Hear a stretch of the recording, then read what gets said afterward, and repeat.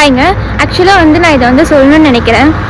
இப்போ என்னுடைய கிளாஸ் முடிஞ்சிருச்சு. டைம் வந்து அரௌண்ட் 8:00 இருக்கும். என்னோடய கேம்பஸ் பஸ் இன்னும் வரல. 8:10க்கு வரும்.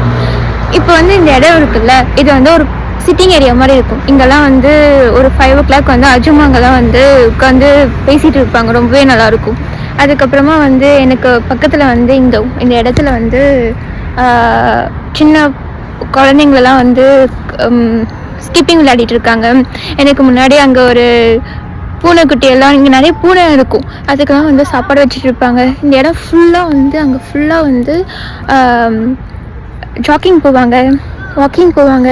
அதுக்கப்புறமா வந்து இந்த கொஞ்சம் ஸ்ட்ரெஸ்ஸாக இருக்கிறவங்களாம் வந்து இங்கே பூனை கூட வந்து ரிலாக்ஸ் பண்ணுவாங்க.